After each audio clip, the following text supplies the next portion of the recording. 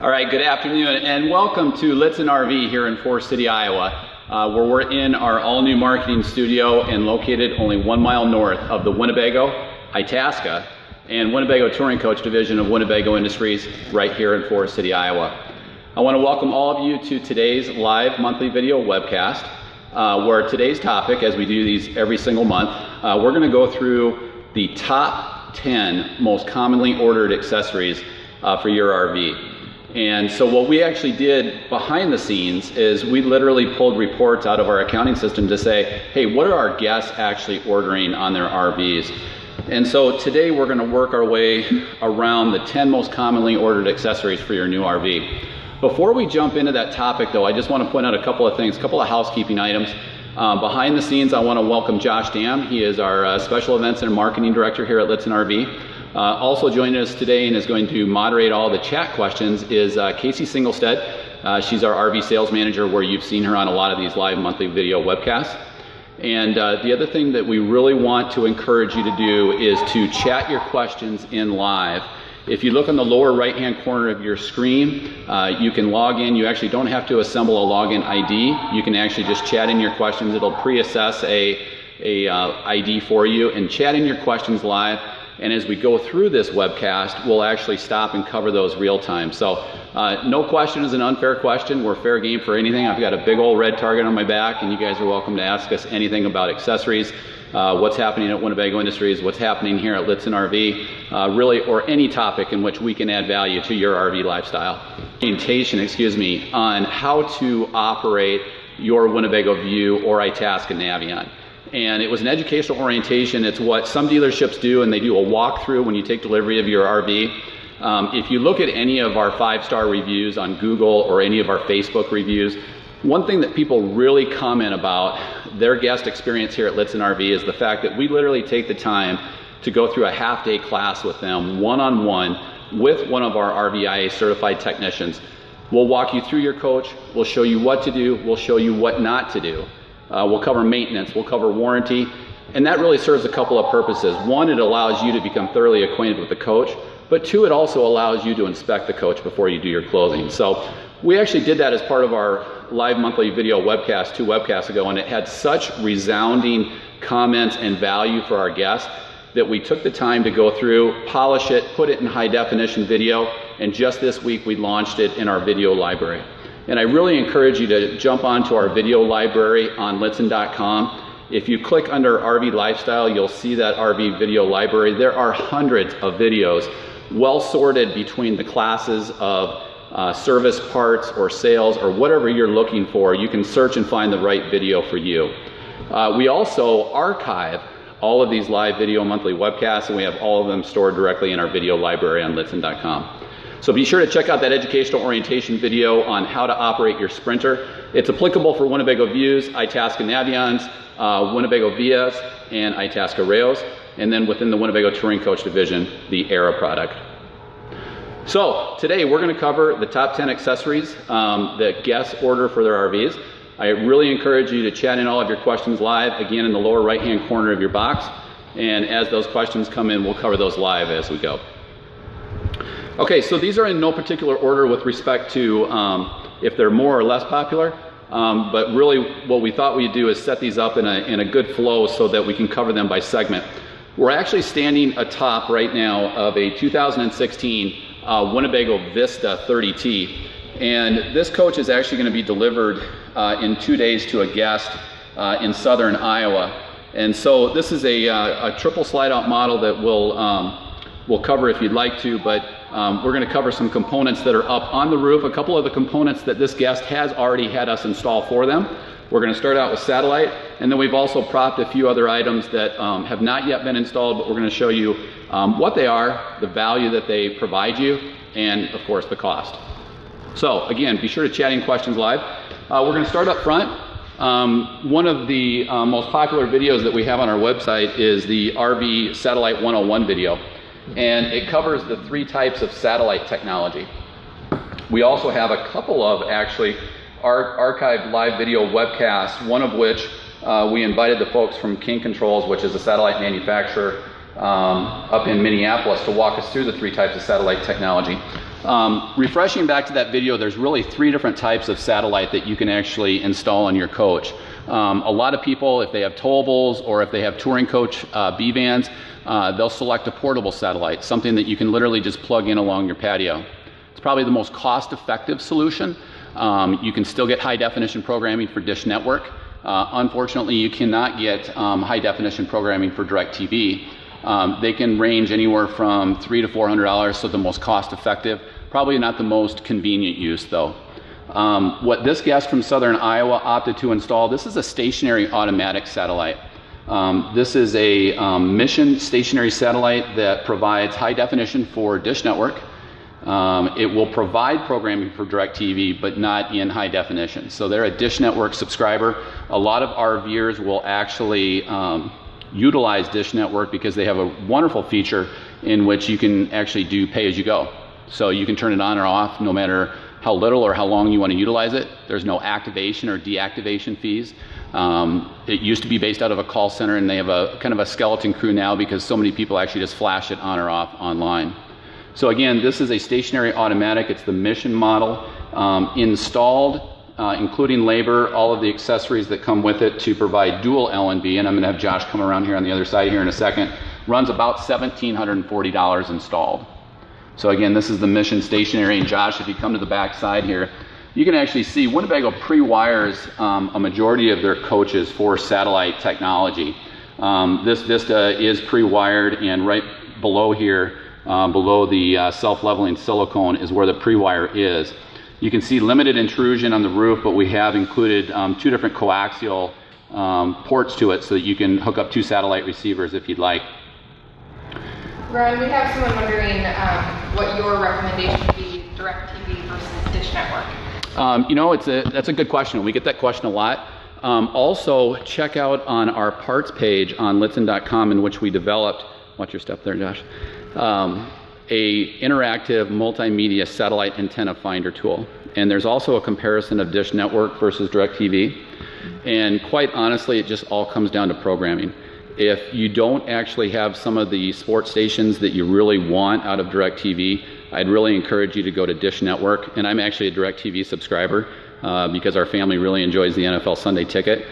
But for a majority of the RVers that are out there, most people will go to Dish Network.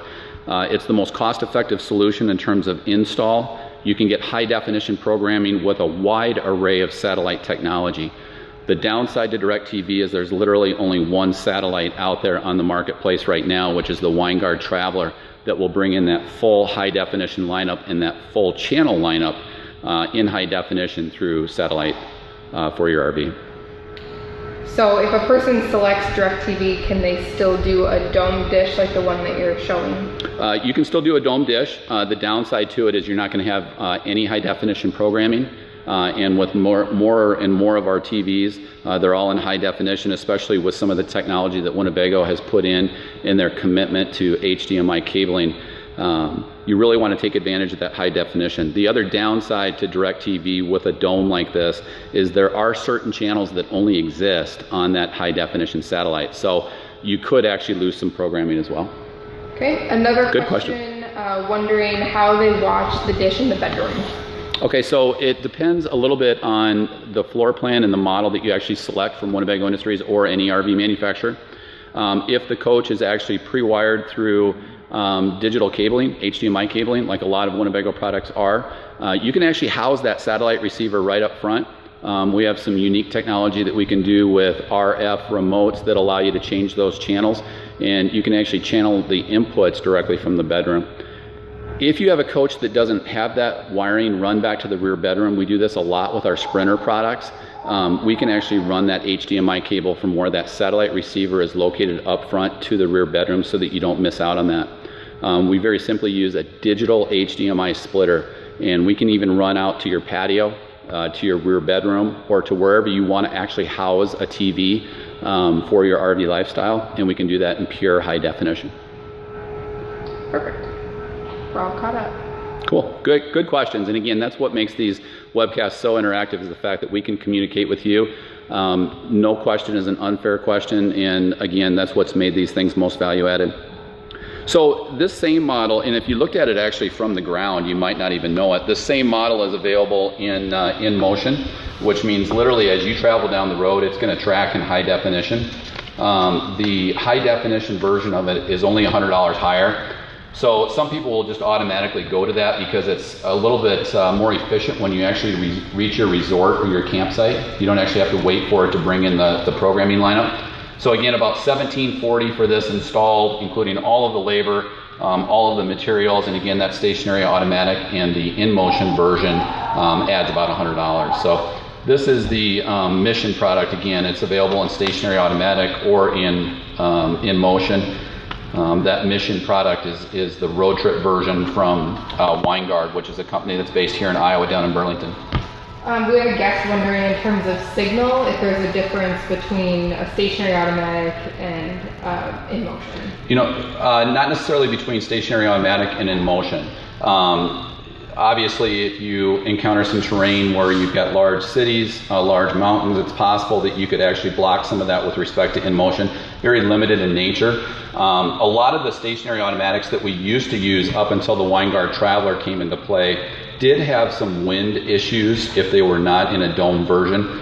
Completely eliminated with the Winegard Traveler. The Winegard Traveler is available for Dish Network or for DirecTV. And again, it's the only satellite in the marketplace that will receive DirecTV high definition programming. But a big stock that's installed actually on the rooftop, carries a lot of mass, so it's very wind resistant. It's a great satellite. It's probably the majority of what we utilize when people go to a rooftop version. One more satellite question, saying they have a manual satellite dish currently, and wondering if that's even something that's still available. Manual satellites are still available, and what manual means is very simply it cranks down, and from inside you actually pull up your menu and you punch in your zip code, and it gives you two locations. It's actually an elevation and an azimuth, and the azimuth is very simply pointing pretty much due south and just a hair west if you're in the Midwest. That allows you to then fine-tune that lineup. Very cost-effective. Again, only standard definition programming. You can't get high definition with a manual satellite, but those can be found for $300 or $400 as well. Great. Also, let us know if you can't hear Casey bringing in some of those questions. I'll repeat those as we go. Okay, so as we're up here on the roof, Josh, you might just kind of pan around. Again, this is a Winnebago Vista. It's a 30T. You can see up front, this is Winnebago's proprietary crowned one-piece fiberglass roof. We have 3 adults up here, plenty of weight support even with my mass that I've got. It's a quality advantage that Winnebago's hung its hat on for decades, for over 50 years. Josh, if you just come up front here, just real quickly, this is just a rubber whip antenna, if you've ever wondered what that is. That's your AM/FM stereo antenna for the front. And then off to the left, this coach has Sirius XM satellite radio. So unlike some other RV manufacturers that will actually just place an antenna up on the dash, Winnebago puts it on a ground plane. And the ground plane is important because it'll actually ground the antenna for lightning prevention. But we actually put the antenna right up on the roof. It gets us our best signal. So that's what the roof looks like for the Sirius XM satellite radio cup antenna. And kind of working our way from rear to front, you've seen this in a lot of our videos. We have high definition video on all of our inventory. This is the King Control fixed mast local off-air antenna. The nice thing about it is you can see it's actually lower than the air conditioning point. So it doesn't actually add any height to the coach. You can bring in your full free local off-air high definition programming from right inside the coach utilizing the digital LCD strength meter. Since it is fixed mast, you no longer have to worry about cranking it up. But more importantly, forgetting to crank it back down. This model has a single roof air. It is available with a rear bedroom roof air as well with the all-weather package. Obviously the rooftop air conditioner.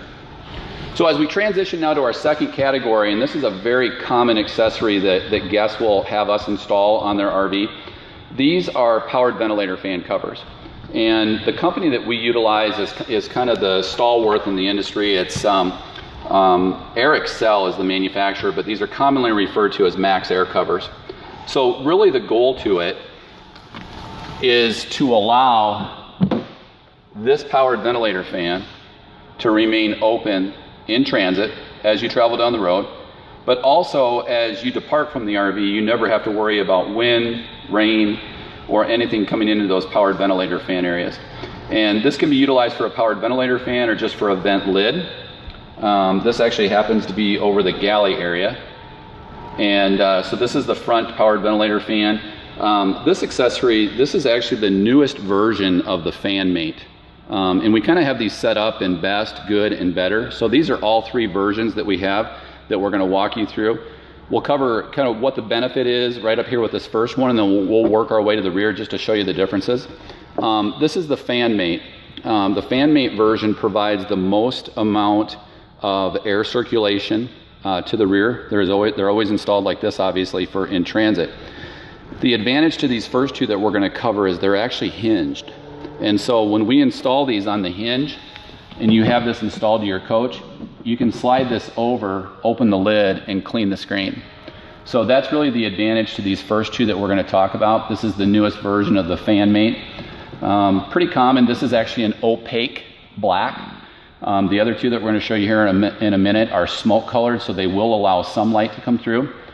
These run about $147 installed, and then from there they work downward in terms of price.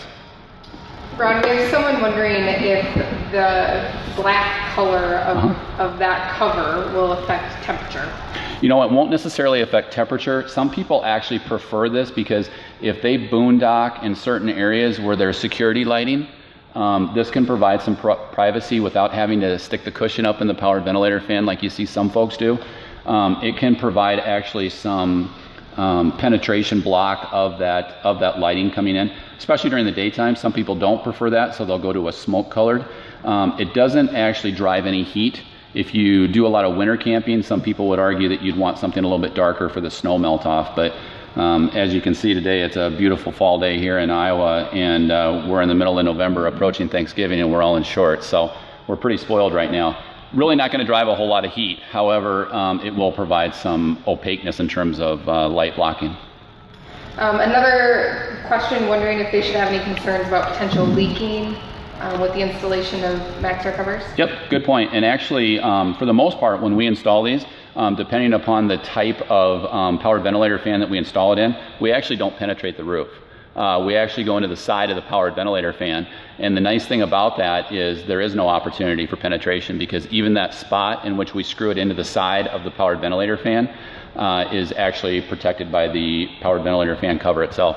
So absolutely no issue at all. And again, that's another reason to have your Maxx air cover installed at a high quality dealership that knows the benefit of doing that, rather than going directly into your roof. Because anytime we can minimize roof penetration, it's not as much of a concern with a Winnebago Industries product, but with other manufacturers, anytime you can minimize that amount of roof penetration, you're going to be better off long term. Really good questions today.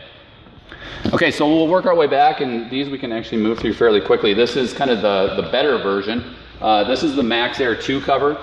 This is the one that we probably help our guests the most with. Because it's smoke colored. The reason why we use smoke colored and the opaque black, and they are available in white, is we're trying to match the streamlined appearance of the roof. And if you look at the rooftop air conditioners, they're black, the king control antenna is black, the satellite's obviously black, so everything will be a streamlined look as you look on the side of the rooftop appearance. So this Maxx Air 2 cover provides really, really good ventilation.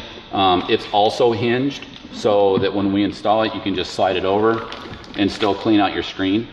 And so you might be wondering, you know, I mentioned earlier that we actually go into the side of the powered ventilator fan. You might ask how, because obviously this is larger.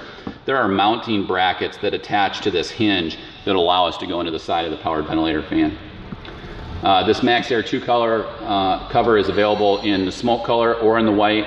The smoke color is just a few dollars higher, $134 installed, including parts, labor, and all of the bracketry to assemble for that. I know you're about to cover this one, but a guest wondering if the standard Maxx air cover can still be installed over a powered ventilator fan versus just a standard vent. Yep, really good question. And the question was, can we install just a standard Maxx air cover over a powered ventilator fan?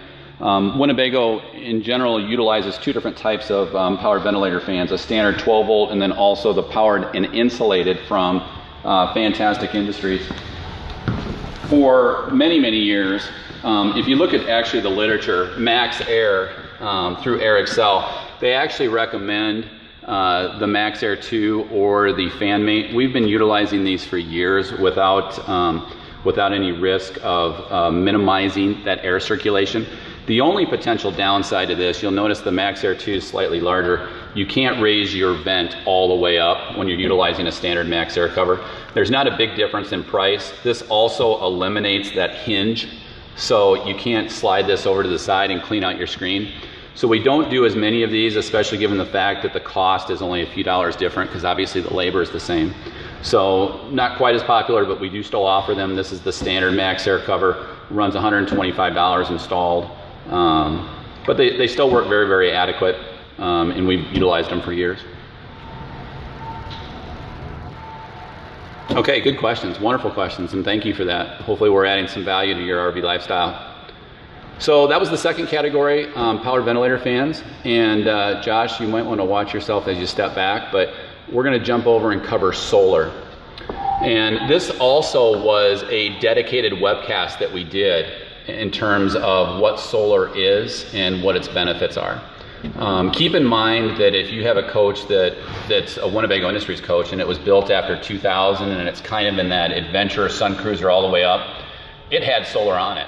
The downside to it is it was just a 10-watt solar that very simply was just a maintainer for your RV batteries. With the expanded audience that we have within the RV industry right now, people are utilizing their RV for just some really wonderful purposes, some of which you would never dream of. And so they're off the grid a lot more. They're not going from park to park. They're utilizing for a wide array of purposes, whether it be tailgating, mobile real estate offices, mobile hair salons, just a wide array of purposes. Solar's become a little bit more popular because we're expanding that horizon. The one thing to really keep in mind with respect to solar, though, is its sole purpose is to charge your 12-volt batteries. It's not going to allow you to power any additional appliances. It's going to be able to allow you to utilize your 12-volt system longer. And so that's really the concept with solar. This is actually the ZAMP system. We use ZAMP quite a bit. One of the reasons, and if you go back and you review that previous webcast that we did, if you're really interested in solar, they have just an incredible 10-year and 25-year warranty on their panels. And just a wonderful company to do business with. It's actually the same manufacturer that Winnebago is utilizing on their solar packages. And we've started to install a lot more solar packages coming right out of the factory because we've gone more towards residential refrigerator packages that utilize inverter technology to allow those 110-volt appliances to run off of your RV batteries. So we have the need to replenish that 12-volt system a lot more often, especially as some of these coaches now have 6 AGM glass mat batteries to really provide for a long camping duration. Really two different types of solar that you can do. This is a rooftop version. This is a 100-watt ZAMP system that's actually run directly down inside the coach, directly to the 12-volt batteries, obviously. It then includes the ZAMP solar charger panel that you can actually tailor what it's for. So this is also a multi-stage converter to your batteries coming out of solar. So you have a deep charge if your batteries are depleted, and the controller will actually read the state of your batteries. So it can provide that deep charge if you need it, then more of a static charge, and finally just a maintainer. So again, this is a 100-watt ZAMP system. This was not a factory installed option. This was something that we did, and we do a lot of solar. Solar is also something that you don't want an inexperienced contractor or an inexperienced dealer to do, because we know exactly where to run these lines. We just did a 300-watt package for a guest from Colorado earlier this week. Was absolutely blown away at the clean installation that we did. So this is a 100-watt solar package. Again, you're a little bit limited when it's rooftop version as opposed to portable for really trying to maintain that southern exposure. So it'll provide about 4 to 5 hours of 12-volt charging. It's a 100-watt ZAMP system, and it's around $1,200 to install. That includes the panel, the controller charger, and all the labor. We do have a few solar questions. One saying that the Winnebago installed solar panel does not have an on or off button. They're assuming that it's totally automatic then and shuts off as max voltage is reached. Yeah, so that's a good question, and I'll repeat that. The question was, Winnebago's version does not actually have an on-off switch in that ZAMP controller charger. And, but again, it's a multi-stage converter charger. So once those batteries are fully charged, it's not going to provide a deep charge to those batteries. It's going to provide more of just a maintainer charge. And that can be as little as 5 to 10 watts. So not a whole lot actually being even applied, but since it is multi-stage, it'll actually do all of that for you. It's a wonderful setup. So it doesn't necessarily ever shut off? Correct. It constantly reads your batteries and it will apply that charge as it needs it. A guest wondering if this particular panel is actually installed or if it's just sitting on the roof. No, actually this is just a demonstration model.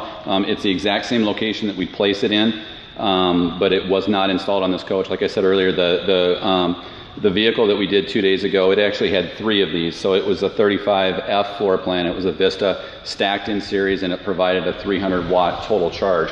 Now remember, the ZAMP controller chargers that we utilize, whether they're through us or they're factory installed, they provide actually 450 total watt potential depending on how many panels you have placed. So you can put up to 3 or 4 up on the roof depending on how much space you have.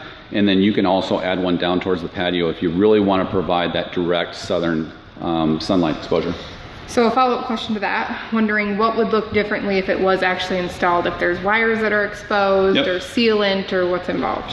The only sealant we would actually have exposed are on the attachment points and then also where we penetrate the roof. It raises up a little bit so that you can actually clean underneath it. And if you actually want to just chat in directly to our website and provide us your email address, we can send you some direct pictures of that if you'd like. It just raises up a little bit on mounting brackets, and again, that's so that you can clean underneath it and not trap that debris. I've seen some installations before where people will rely on 3M VHB tape. Believe it or not, it's a double-sided industrial tape that works extremely well. Speaking of cleaning, we just had someone asking how important it is to keep them clean. Yep, and it is important. The reason why it's important is because it impacts the performance. I had a guest that actually installed solar on their Sprinter product. It was a Winnebago View. They have massive panels installed on their home in California, and they actually receive credit from their utility company, and for a number of years have not actually paid anything to their utility company once they made that upfront investment. What they had told me is you can actually see the charge rate inside on a panel that utility company installs at their home, and it was a dramatic difference when they would go up and clean the panels in terms of how much charging you'll get out of the solar panel. And what is recommended to use for cleaning the panel? Simple soap and water works. There's also some specific cleaners that can work as well. We have a guest that would like to hear more about the Winnebago View Navion 300 watt solar option. Yeah, so good question, and obviously a lot of our Winnebago View and Winnebago Navion guests are very technologically savvy, and so that's a kind of a question that's developed through some of the forums that are online. And Winnebago used to actually offer just a 100 watt solar panel system that would look almost exactly like this up on the roof of the Winnebago View and Navion product. Still wired all the same way, meaning that the wiring is run down inside the coach directly to the controller. Then there's also a portable outlet that's installed down at ground level, so you can actually install another 100 watt panel for a portable solar if you'd like. Beginning in January production, that option obviously has increased in cost. It's probably roughly 2.5 times what it was before. And now it's a 300 watt option. So it looks almost identical to this. There's 300 watts actually installed from the factory up on the roof. And the way that you can migrate more towards that 400 total max that the ZAMP controller charger allows is to add that portable. Moving back to the on and off switch question, someone wondering if there's any available that do have an on and off switch. I can research that and see if the Samlex product offers it. I'm sure that if that's really important to a guest, I'm certain that we could actually install a switch to turn it on and off if that's something that you'd like. It's just a very simple terminal switch that we can install on the front side before it goes into the controller to turn that on and off. Not a problem. I mean, we can do it, but the ZAMP controller chargers work extremely well, and we'll monitor those batteries for you. All right, we are caught up on solar questions. Awesome questions, great questions. Okay, so up top on the roof, we covered satellite technology, we covered Maxx Air powered ventilator fan covers. We also covered solar. Remember, there's a couple of wonderful videos in our video library on Lichtsinn.com, and I'm going to let Casey shimmy down the ladder, and then I'll throw her tablet to her. But some wonderful videos in our video library in our RV lifestyle tab on Lichtsinn.com that talk about satellite RV 101, 2 different webcasts that we covered satellite technology, and then we also have a webcast in which we covered all of that solar technology. So some wonderful webcasts out there. So if you all want to take just a one or 2 second break, we're going to get back down to ground level. We're going to do it safely, so we're going to take our time. So maybe start to brainstorm what questions you might have on accessories, and we'll cover them, and we'll meet you back down on the patio. All right, so we're back down to ground level. We're here within our new studio at our dealership here at Lichtsinn RV. Again, this is a Vista 30T, and we're going to cover a few aspects of some things that are the remaining top 10 accessories that our guests order on our RVs. We are going to circle back though and cover that solar question again in terms of an on-off switch. One thing to keep in mind with respect to a converter charger, or with respect to any 12-volt system in which you're trying to charge those RV batteries, really the main concern would be if you have wet cell batteries in your RV, because you can actually boil those dry, and which is probably what's driving the on-off question. If you do want to have that on-off capability, we can actually install that for you, but it's something that we can certainly do. The one thing to remember is that controller charger is not going to boil your batteries dry. It's a multi-stage converter charger that comes off of solar technology. So really shouldn't be a concern, but if it's something that's important to you, we've done just about everything here at our dealership, so there's nothing that we shouldn't be able to help you with. Already have a question coming in asking the most effective black tank cleaner accessory. Cool, we'll get to that. We're going to talk about black tank flushes. So we'll cover that here in a minute, so just give me a second. And I also asked Casey to keep me on task, so next area that we're going to go into, power? Yeah, surge guards. Okay, so if we walked down into one of our bays in our service department today, we actually have a guest in today, and this was completely coincidental, not staged at all.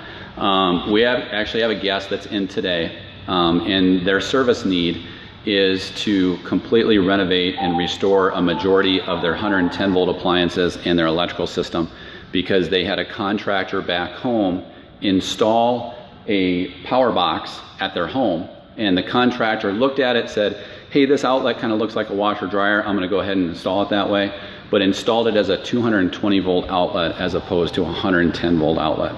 Looked very, very similar, still 30 amps, but it was a 220 system, plugged in, fried the majority of his electrical system. So this was completely coincidental, but the one thing we are going to cover today are surge guards. Surge guards are a very common accessory. There's 2 different ways you can do it. You can do a portable version, which is what you see here. There's 2 different versions that I actually have hooked up here. One is actually for the 30 amp service that comes with the Vista. This Vista has a single rooftop air conditioner, so it only has the need for 30 amps. And if you think back to one of the very, very first videos that we did, thinking about how many amps do I actually need for my coach, remember, Winnebago designs these coaches so that you could literally turn on every single 110 volt appliance that you have in that coach at one time without throwing a breaker. So the need for this coach is actually only 30 amps worth of power. So if it had the all-weather upgrade package, it would have a second rooftop air conditioner and 50 amp service. So again, 2 different types of surge guards, a portable version, and then we're going to cover here in a second a hardwired installation. So this surge guard is plugged into a 30 amp surge guard right now. Very simply, the difference in between the 2 models is this is a 30 amp. If you had a 50 amp coach, you would go to this model. Primary difference between the 2 is going to be price. This guy right here runs about $450. This guy right here runs about $320. Nice thing about it is that it's a fixed investment. You can take it from coach to coach. But if you saw the repair order that unfortunately the guest is going to have today on his electrical system, it probably represents about 10% of the total cost of that issue. So again, a good way to protect your coach. The main benefits is it provides protection from faulty part power, faulty resort power. It has built-in intelligence of knowing how much voltage is coming off. It will actually shut off power to your coach anytime it detects an open ground or a high neutral ground, a high neutral current, or if you have low or high voltage. So a very sophisticated portable surge guard. It actually has two different modes of surge suppression. It has a reset relay on it. It also has a delay in it so that when you actually power it up, it's going to go through and condition the power and determine how much you actually have to ensure that it's safe for your RV. Couple questions here. Cool. Someone wondering if a surge guard is still effective if it's being used with a power adapter. Yep.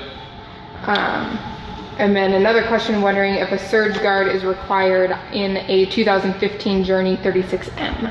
Oh, really good question. Let's cover the first one.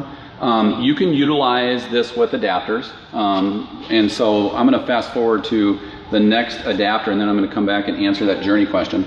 So again, this is just reading for 30 amps worth of power. So if you have, and I think this is kind of what the guest is after, if you are downgrading your power, maybe you only have 30 amp power at your resort.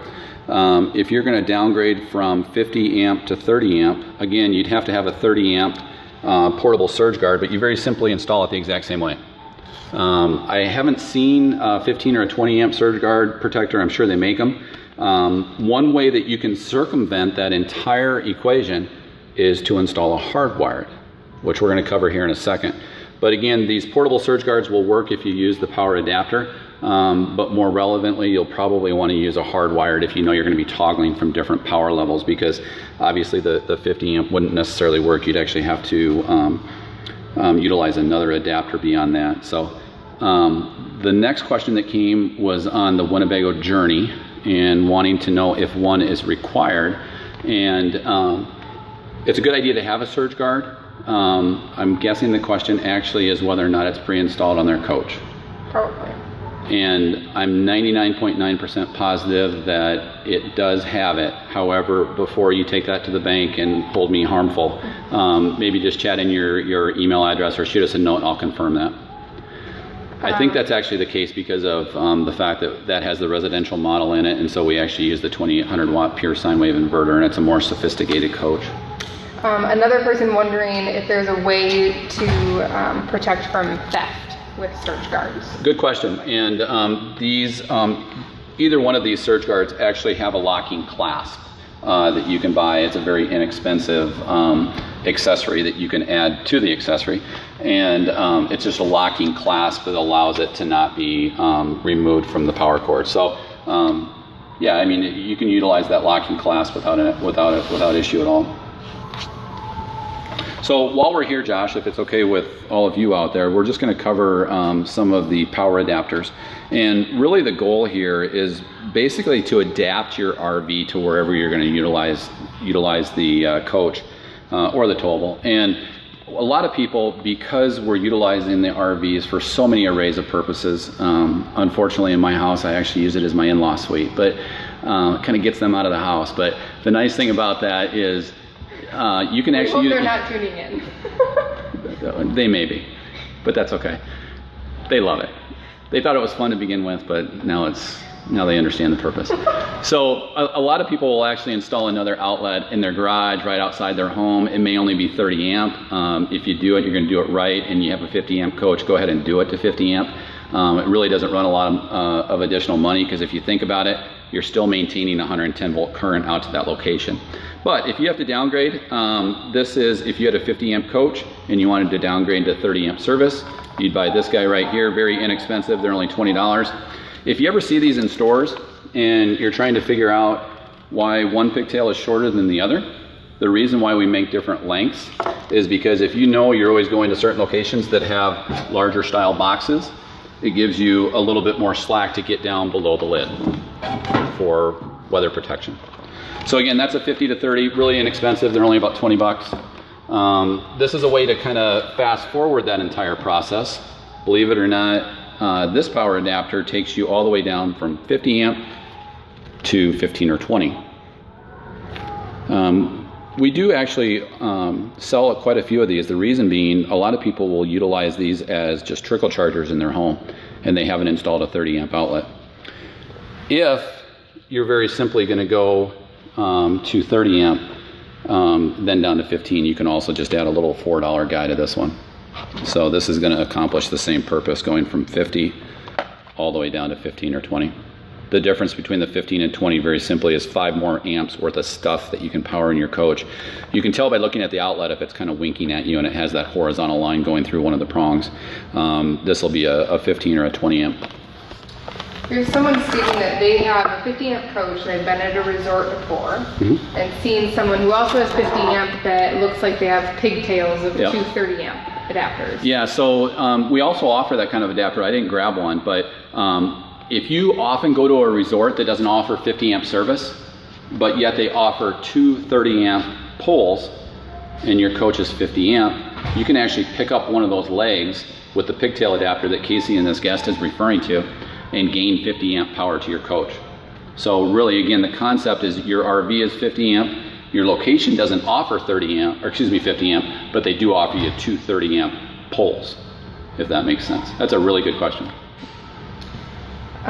Whenever are we done over here before I go to another random question? Hey, let's go in the guess order. Okay, I just want to go back to someone jumping back to a solar reference on the View Navion. Sure. And just wanting to confirm that, or wondering if it's safe to assume that the batteries in a View Navion are regular wet cell batteries. They are wet cell batteries. Yep. And what most people do, especially those that are kind of knowledgeable about that, is when and we just spoke with the guest that did the 300 watt solar that I was referring to. It's more cost effective to just accept the wet cell batteries that you get from the manufacturer, run them for their life. Then what they end up doing is they'll either upgrade to 6-volt batteries that are in line, or they'll go to absorbed glass mat, which are kind of commonly referred to as AGM batteries.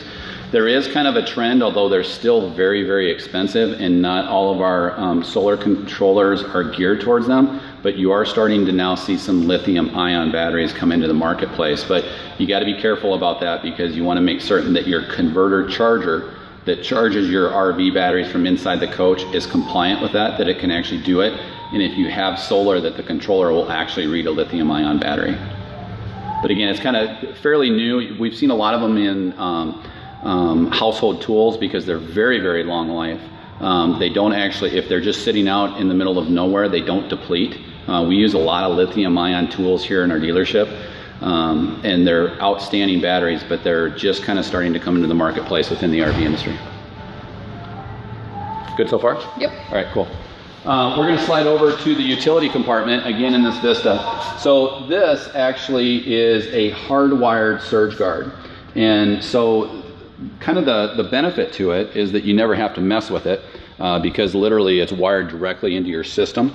It kind of mounts in here like this. We wire it directly into the coach, whether it's 30 amp or 50 amp. We can do it with, again, 50 amp or 30 amp coaches, or travel trailers or fifth wheels or whatever you need. The only downside to it, again, is it stays with the coach generally, unless you want to uninstall it. The hardwired versions themselves are not really a whole lot different in terms of price, because we have the labor on top of this.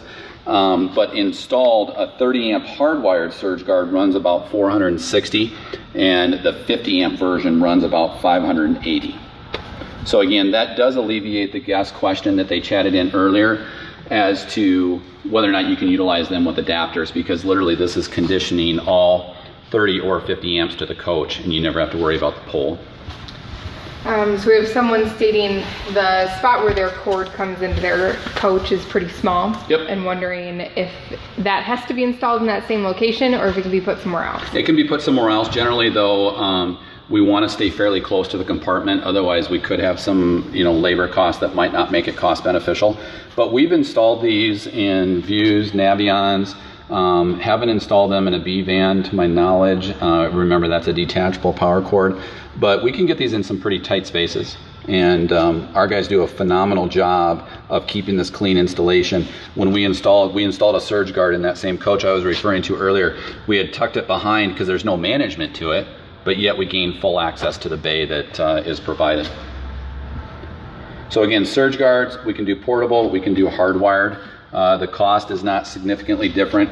It's just whether or not you want to deal with that box, potentially run the risk of theft, although with a clasp it's pretty minimal, and whether or not you want to keep it in the RV or move it from RV to RV. Do them all in question? Yep, we're good. All right, transition me to the next segment. On to water filters. Okay, cool. So let's talk about the plumbing system to your coach for a little bit. You've seen a couple of different water filters in some of our videos that we have. If you see any systems that are outside the coach, that's actually a sediment filtration system. That doesn't purify your water. It's just a whole house sediment filtration system. It'll be a larger basket that has a sediment filter in it. I've grabbed these because if you don't actually have a coach that offers water purification from the manufacturer from inside, so this is actually an inline water system that reduces chlorine, it reduces taste and odor, sediment, chemicals, certainly inhibits bacterial growth. You can actually install this right outside, and you'll see this sometimes in resorts and RV parks. You can install it right outside. The only downside to it is you're actually going to be filtering all the water in your coach. So ideally, if you were going to do something like this, you'd probably want to put it in your galley or kitchen location, just to minimize the number of times that you're going to have to replace this guy, which is the filter. Now, Winnebago has gone towards more residential style filters because they're more commonly available. They're also a lot less expensive.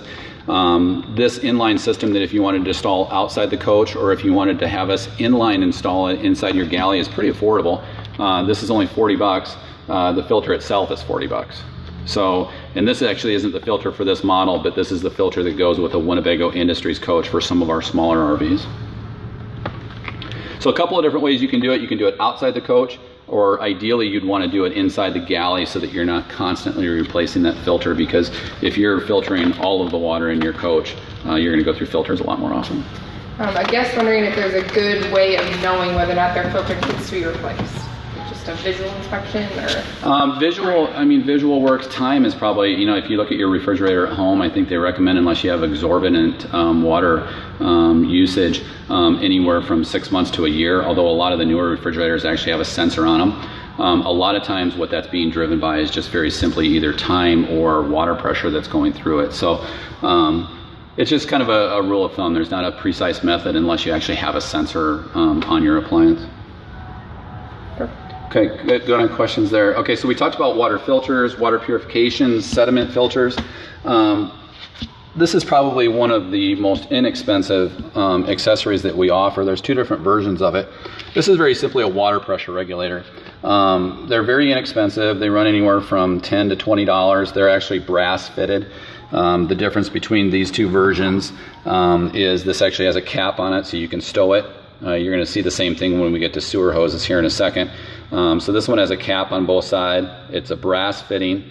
Obviously the goal to this is to regulate your water pressure. And depending on the model that you have, this one actually regulates directly at 45 PSI, pounds per square inch, so that it will actually keep your plumbing system safe. This one uses a range of 40 to 50. This one works great. It just doesn't have the caps on it. So if you're really concerned about bacteria, you'd probably want to go to something like this. Most times people will actually leave these installed all the time. The only downside of this is, as you can see, that cap's not going to reach all the way, so you'd have to detach that and install a cap. But for the most part, depending on the floor plan, all of these you can leave attached all the time and still close your cargo door. If you have an exterior access, you're not going to want to do that, although I've seen it done. I guess wondering what the risk is to the RV if they don't have a water pressure regulator. Yep, so the risk is very simply you go to a rural campground, a rural resort, and they're on a well, and they have that water pump jacked way up so that everybody's getting good water pressure. Maybe some of the guys that are closer to the actual well pump itself could have too high of a water pressure and put too much pressure through the system, because a lot of this is PEX line that runs through there and pop a fitting or cause a leak. So inexpensive option. The nice thing, and probably the most commonly asked question that we get about this is, will this constrict my water pressure? And it won't. It'll keep it right at 45, or in that version 40 to 50. Pretty inexpensive option. Again, it's kind of a safety net to protect your plumbing system. All right, if we're moving on, we are now headed to sewer hoses and elbows. Awesome. Unfortunately, it's probably the dirtiest topic we're going to do, and as you can see with the water, I made a little bit of a mess earlier. This is a new coach. Had it all hooked up fine, so this blue hose right here that I have installed right now, this is the hose that comes from Winnebago Industries. Great hose, works well, will last you a long time. You can see we have it hooked up directly to the utility center. You've got your gray on one side and your black on the other. We're also going to cover the waste tank flush, which was a guest question that we had earlier. Great sewer hose, works fine. It'll stretch right out. The only downside to it is if you think about this end to it, unless you have a really good attachment point in your sewer center, you do run the risk, and I've seen it happen unfortunately too often. Winnebago uses 3.5-inch PVC. This thing will straighten out, and if you don't have a good hold on it, now you have a black tank sprayer. So you obviously want to avoid that unless you're really trying to be cruel to somebody. Winnebago, in some of their coaches, they actually include this, but this is an accessory that we do utilize. Pretty inexpensive. It's $30.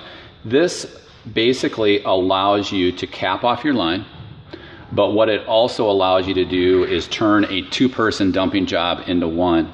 And the reason for it is this very simply attaches here like this, okay? And you can close the knife valve that's located in this elbow. You can keep it closed. You can then pull the ripcord on the coach, and this will straighten out. And then only until you're ready do you actually release it and open up into the utility center. So really the benefit to this elbow is it turns a two-person dumping job, if you don't have a fixed end to it, into a one-person job. And as resorts and campgrounds have undergone a lot of restoration in the last few years because the RV industry has grown so much, they've really increased the space with some of those concrete stanchions at dump centers, especially on over-the-road truck centers, KOAs. There's a lot of distance in there because they're trying to preserve their facilities. And so if you need to go a long distance and you can't do it with one person, this is a pretty good tool right here to be able to turn that two-person job into one. So again, that's the setup that actually comes from Winnebago. Some of the Winnebago coaches come with this, some of them do not. This particular coach comes with the hose only. This is also probably our most popular sewer hose that we offer. You can just see how solid it is. It actually has epoxy fittings on each end. It rotates 360 degrees. It's kind of the Mac Daddy of sewer hoses, if there is such a thing. Stretches out to be 15 feet. So it can eliminate the need for a sewer hose extension. Each of these ends actually rotate 360 degrees, so it's very easy to hook up. It will still fit in a 4-inch bumper if you're utilizing that within your RV. Pretty inexpensive option. They run about $45. Kind of the nice thing about this, if you're really, really anal, no pun intended, about your sewer center, you've got caps on each side. So you can actually close that off and keep things clean. So again, a nice way to keep things clean, tidy inside your utility center. So again, this is the Rhino Flex. It's the sewer kit with the pre-attached fittings. And again, they're epoxied on and rotate 360 degrees. The other nice thing about this Rhino is you can actually see there's 3 different setups. So if you're in a utility center that has a larger inlet, you can go all the way to the end or all the way down to the narrower ones. Okay, couple questions. First off, questions on sewer. With sewer, we have a guest who has ordered a coach that has a dedicated storage location for the blue sewer hose from Winnebago. Yep, probably 24J. Right, wondering whether or not they can have a different sewer hose, if a different sewer hose will fit in that space. Yep, we can. Probably not this one though, because the inlet is specifically made for a hose like that. So you can see this one actually has the elbow on the end, which does come off, but this has a much wider flange on it that's a little bit more industrious. Okay, and then a question of how easy that adapter, the elbow adapter, is to take on and off if they do have to put it into that dedicated storage spot where that doesn't fit. Oh, yeah, really good question. So if you wanted to utilize this, but had a dedicated location for that, very simple to go on and off. It's probably something that you're not going to want to do because it's kind of a pain and kind of a dirty job. I hate to say it, but very simply twist on. You can see how it's threaded and threads directly into the hose. So if you wanted to do that, absolutely you could. Eventually, long term, you're probably going to get some type of a little needle hole in it, which obviously you don't want to do in that area of your RV. And then we have a question jumping back to the water pressure regulator. Yep. And wondering if it matters if the regulator is attached to the RV versus an outside faucet hookup. So one where it isn't in the compartment, I would imagine. You can actually do either. Yep. Yep, good question. That's it. So. Navigate me next. Now we're doing leveling. Okay, cool. So couple of different ways to level your RV, and so people always ask, so why would I level my RV? And so really you level an RV for 3 reasons. One is clearly comfort in sleeping, comfort in walking. 2 is so that your refrigerator will burn more efficiently on LP. And if you're way out of level, in some regards, that fridge may not actually even burn LP, although our modern technology with our RV refrigerators is so sophisticated that you can burn LP in a lot of different grades. So that's the second reason. The last reason is to alleviate wear and tear long-term on your slide outs. So if you look at the instructions that come with your RV, and when we do that half-day class with you, the educational orientation, we're going to tell you to level the coach first, then take your slides out. Long-term, that'll alleviate wear and tear on your cam assemblies, this being the track system for a Schwintek in-wall slide.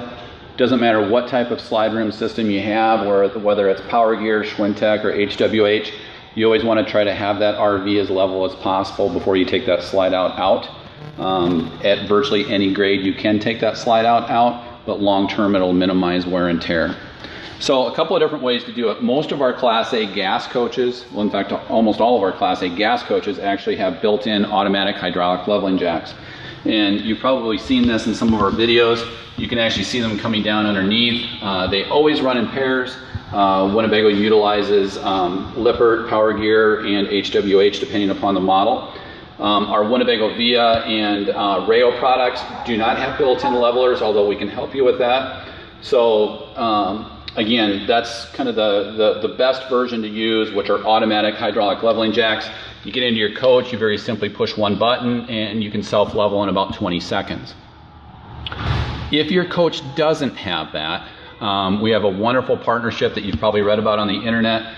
We have a wonderful partnership with HWH. HWH is a manufacturer of leading hydraulic leveling systems.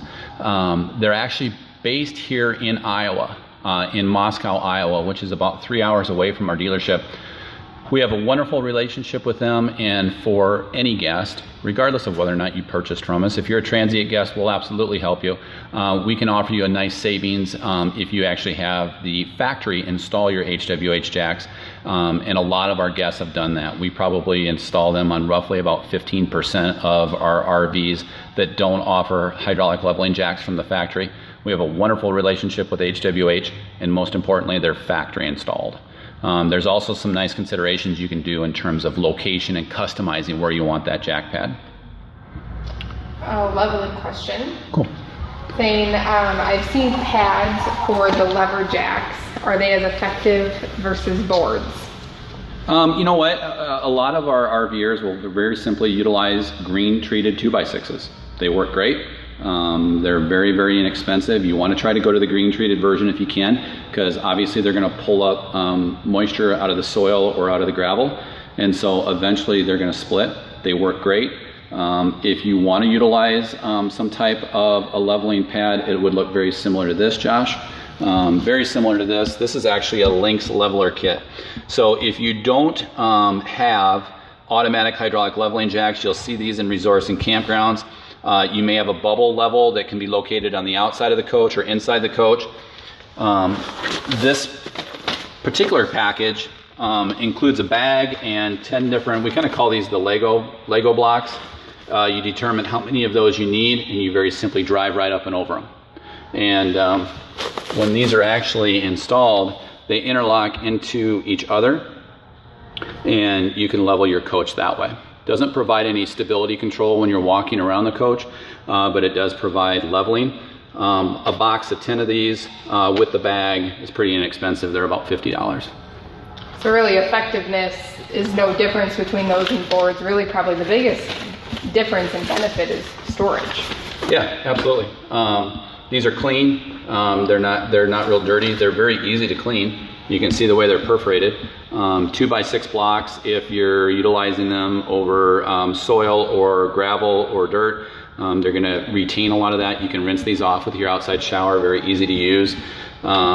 There are different versions depending on how big your sand pads are that come from either Lippert, Power Gear, or HWH.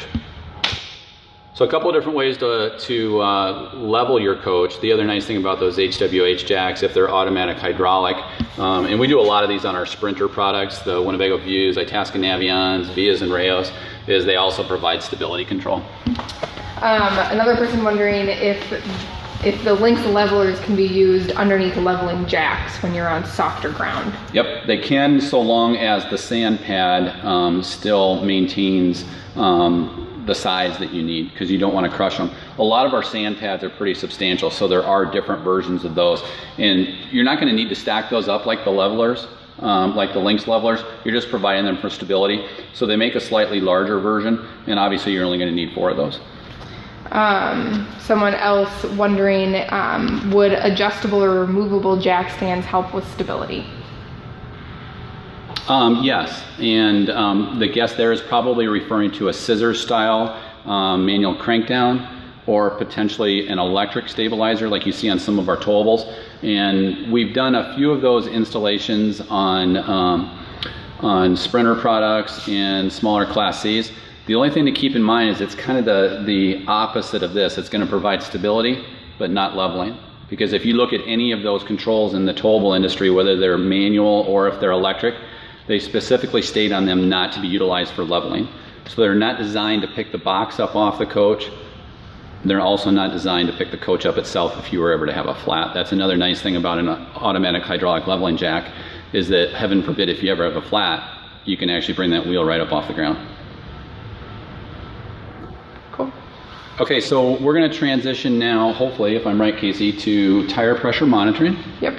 Okay, and this has really become a pretty significant issue in the RV industry, because obviously you don't want to have low pressure in your tires, and you don't want to do that, especially coming out of the Firestone Ford debacle, whose fault it was.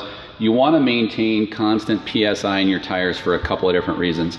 One, it keeps them cooler, and 2, it extends the life of your tires if they're properly inflated. And so what we're going to talk about now are metal valve stem extensions. And we can add metal valve stem extensions to virtually any RV. And what we're talking about here is primarily, although we can add them to all 6 wheels, is primarily that inner dual rear wheel.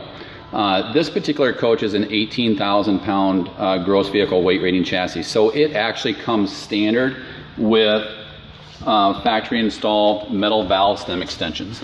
And if you look right down here, Josh, you can see the metal braid with the clamp. This valve stem extension is actually for the inner dual. The outer is actually located right up top there. So you've got both, this being the outer wheel, this being the inner wheel. If you're ever looking at doing valve stem extensions, just absolutely do not ever install a rubber version. You want to make sure that it's metal. This is a metal braid that comes from the factory.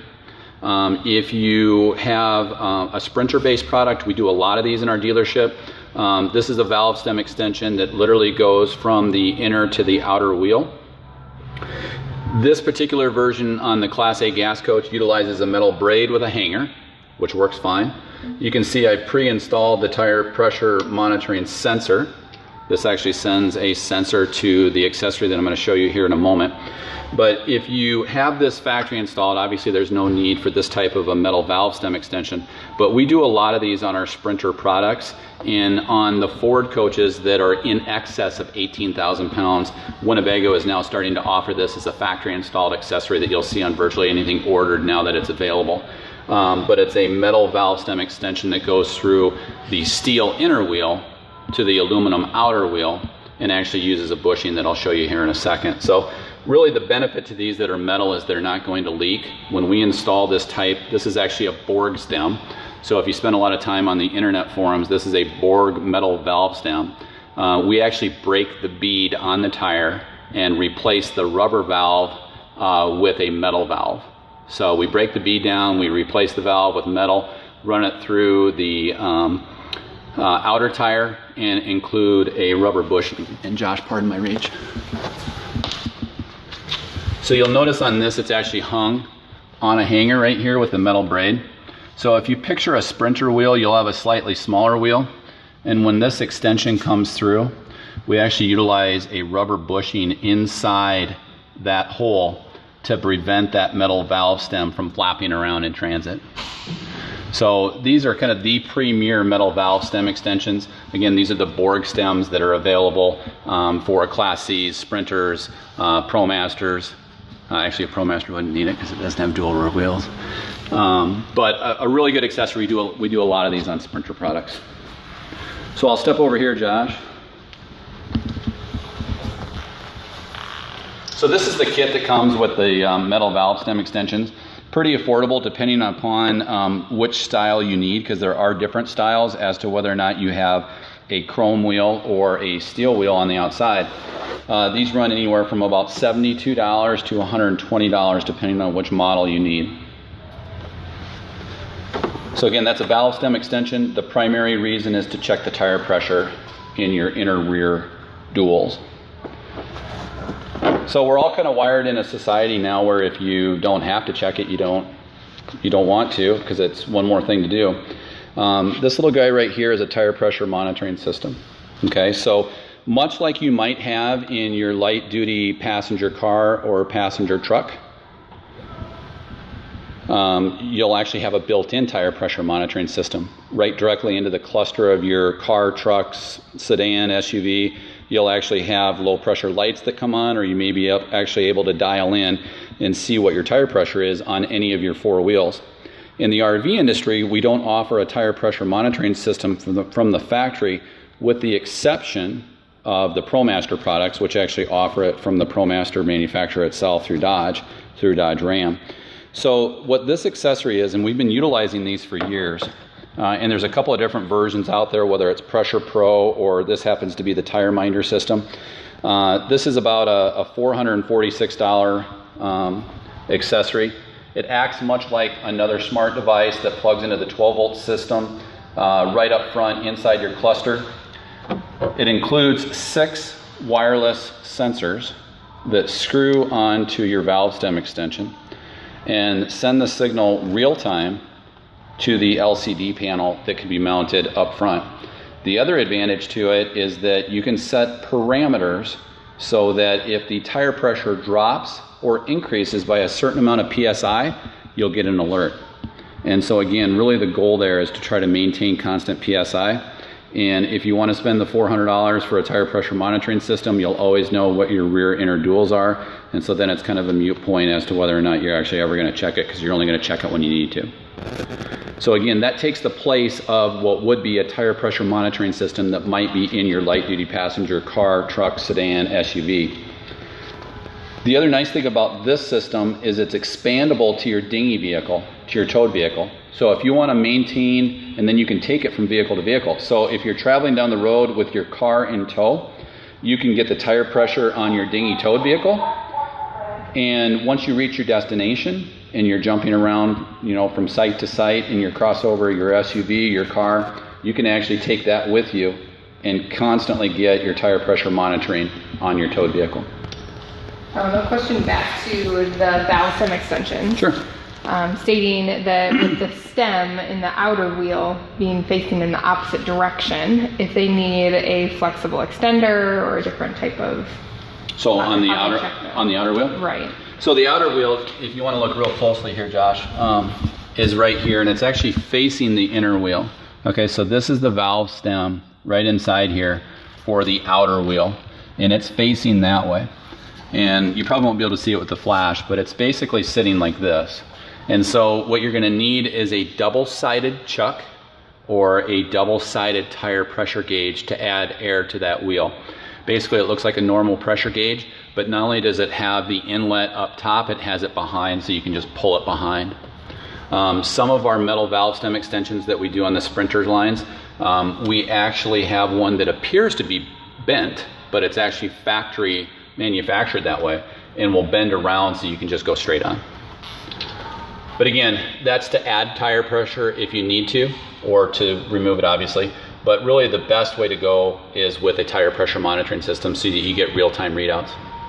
The other accessory that we offer here in our dealership, which was a pretty significant investment, although it's not a moneymaker for us by any means, it's just something that we truly, truly believe in, And you got to remember we're in an ag economy, and so it's offered at a lot of our cooperatives because farm equipment utilizes it, and that's nitrogen in your tires.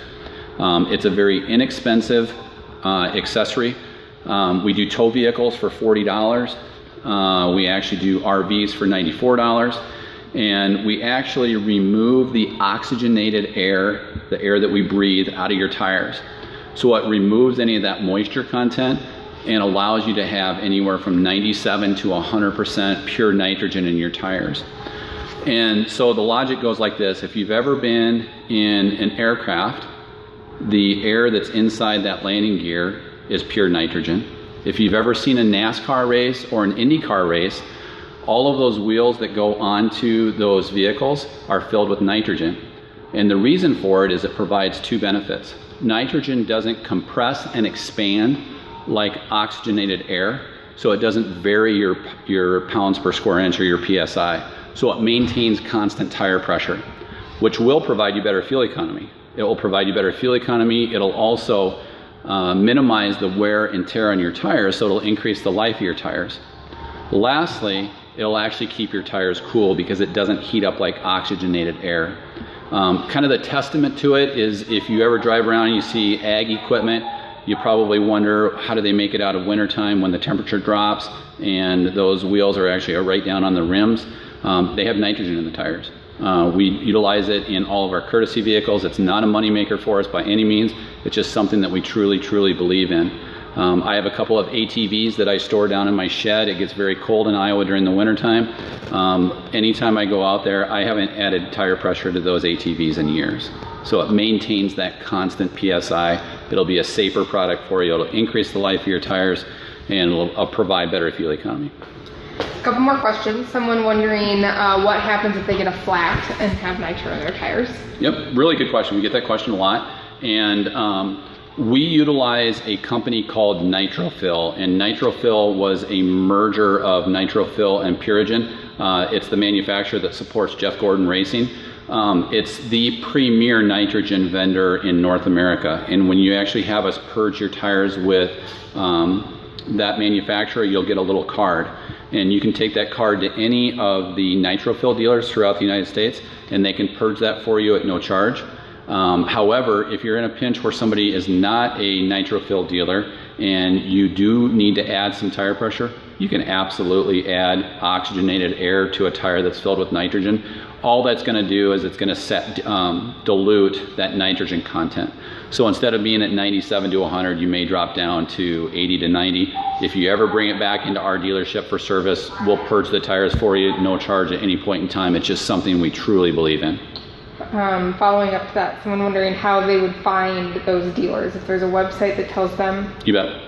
There's a website that you can go to right at, if you just search for Nitrofill, you can type in the dealer locator. And then a follow-up question on the monitoring system. Yep. Wondering if the outer wheel has to be removed in order to install that. Not for the actual tire pressure monitoring system. So if you're going to install a tire minder and you have access to that stem, all you have to do is just replace the sensors. These sensors take the place of your valve caps. If you're going to install a tire valve stem extension, there are some very inexpensive kits that you can thread through. My only problem with them is I've seen them, they're rubber, they leak, potentially can leak if they're not installed correctly. They also flop around inside that outer wheel in transit. So the best way to do it, if you want to maintain that, which can be a pretty significant safety issue, is to utilize a metal valve stem extension. It's clearly the one that Ford Motor Company Freightliner is utilizing, so it's obviously a reason why they use metal stems instead of rubber. And then lastly, which I apologize since I've been steering the boat, we have to go back to the question on the black tank flush. Thank you so much. Thank you for that. Okay, so a lot of our coaches now offer a factory installed standard, which is a black tank flush. And thank you for that. I apologize for skipping over it. This basically works similar to the sprinkler system that you may have run through as a kid. It's run directly up into your gravity fill for the black tank. So obviously the black tank is a gravity. There is an irrigation that runs up through there. Once you dump your black tank, you hook up a separate garden hose because you don't want to use your freshwater hose because bacteria can jump from hose to hose. You'll hook up a different colored hose and then just very simply flush out your black tank.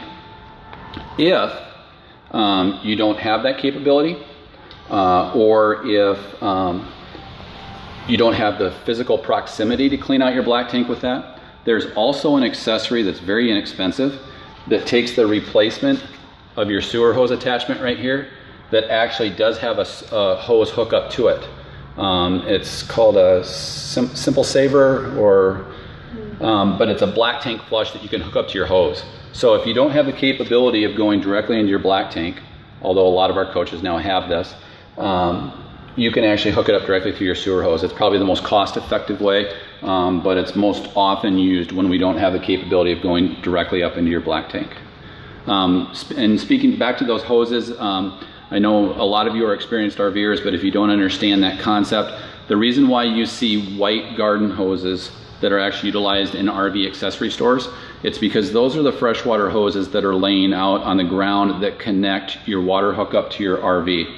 The reason why they're white instead of green or red or black is because when the sun hits that, it can distaste your water with that black rubber hose. So even if you have a green garden hose, the inside is still black. If you have a red garden hose, the inside is still black. And if you hook that up, it can distaste your water. So it keeps it nice and cool, so it's cool to the touch, but also doesn't distaste your water when the UV hits it. So what you'll see most RVers do is they'll carry a white garden hose for freshwater drinking, and then they'll maintain just a simple green garden hose for their black tank flush because you don't want to mix those two and bring any of the E. coli in. Even though there is a check valve on the back side of that, you don't want any of that bacteria jumping into your freshwater system. We are all caught up on questions. Cool. Great questions today. Very interactive webcast. We're certainly grateful for that. As I wrap up, if you have another question, Casey will interrupt and we'll cover any last minute questions. Also keep in mind a couple of things. We have live chat directly on our website. We staff that live chat with true employees of Lichtsinn RV. The only time you'll ever go to an outsourced version is if we're all tied up and it has to go to an outside company that we outsource with, but they're staffed by live employees of Lichtsinn RV, and they are absolute experts in the RV industry. So if you have questions, jump onto our chat. We can chat that way. You can send us an email at sales@littsinn.com if you have further questions. Also keep in mind, this type of technology where we're doing a live monthly video webcast is also a tool that we utilize to interface with our guests, both from a service perspective. If they have a service concern and we may be working on their coach and we need to show them something, we can show it to them in live, real-time, high-definition video. Also, if you're looking at an RV that we have and you're looking to potentially purchase it, or if you have questions on it, any of our factory-trained consultants can actually do a live appointment with you. It's an interactive presentation from the comfort of your own home, your office. We can conference in a partner or a spouse for a great three-way dialogue, so we can bring in multiple people. You very simply go to a similar website that we have here. It's housed right on our website. We'll be mic'd in so that we can speak real-time with you on high-definition technology on any of our in-stock RVs here at Lichtsinn RV. Also stay tuned. In 2 weeks, we'll be at the National RV Trade Show in Louisville, Kentucky, and we'll be pushing our videos from all of the highlights from Winnebago Industries and from that show. Also be sure to check out some of our really, really well done videos in our video library on littsinn.com, in which we've covered, again, that educational orientation on the Sprinter product, which has just been a really popular video and provided a lot of value to our guests, and a lot of our guests that are coming in to take delivery of their View or Navion, or Via or Rail or Era, will utilize that in advance just to prep themselves to make more of their educational orientation, that half-day class that we do here at Lichtsinn RV. One last question. I see you leaning. Yep. Wondering what the cost would be to add a 100-watt panel if they already have one on the roof. Oh, great question. So if you already have one on the roof and you have the portable outlet, and even if you don't have the portable outlet that came with that rooftop installation, a 100, I believe it's actually 120 watt ZAMP portable solar that includes a folding neoprene suitcase for storage runs anywhere from $660 to $690. And then you can actually just plug that in if you have the quick port. If you don't have the quick port, you have a couple of options. You can go directly to the batteries, because there's another controller charger built into the portable panel. You could actually have us install a quick connect so that you can just plug it in and it'll go directly to the batteries. And so again, that's a portable version that you could do down at ground level. Also remember, if it's a ZAMP system or a SAMLEX system and you have 100 watt up on the roof and you very simply want us to add another 100 watt up on the roof, we actually have expansion kits, which we just install that and plug it into the rear of the solar controller that's up on the roof. There's actually a location for 3 up on the roof. That's it. Awesome. Well, thanks to all of you for joining us today. Thank you, Josh. Thank you, Casey. Wonderful questions today as we covered the top 10 accessories for your RV here at Lichtsinn RV, where we're broadcasting live from our studio, where we're located only 1 mile north of the Winnebago, Itasca, and Winnebago Touring Coach Division of Winnebago Industries, right here in Forest City, Iowa.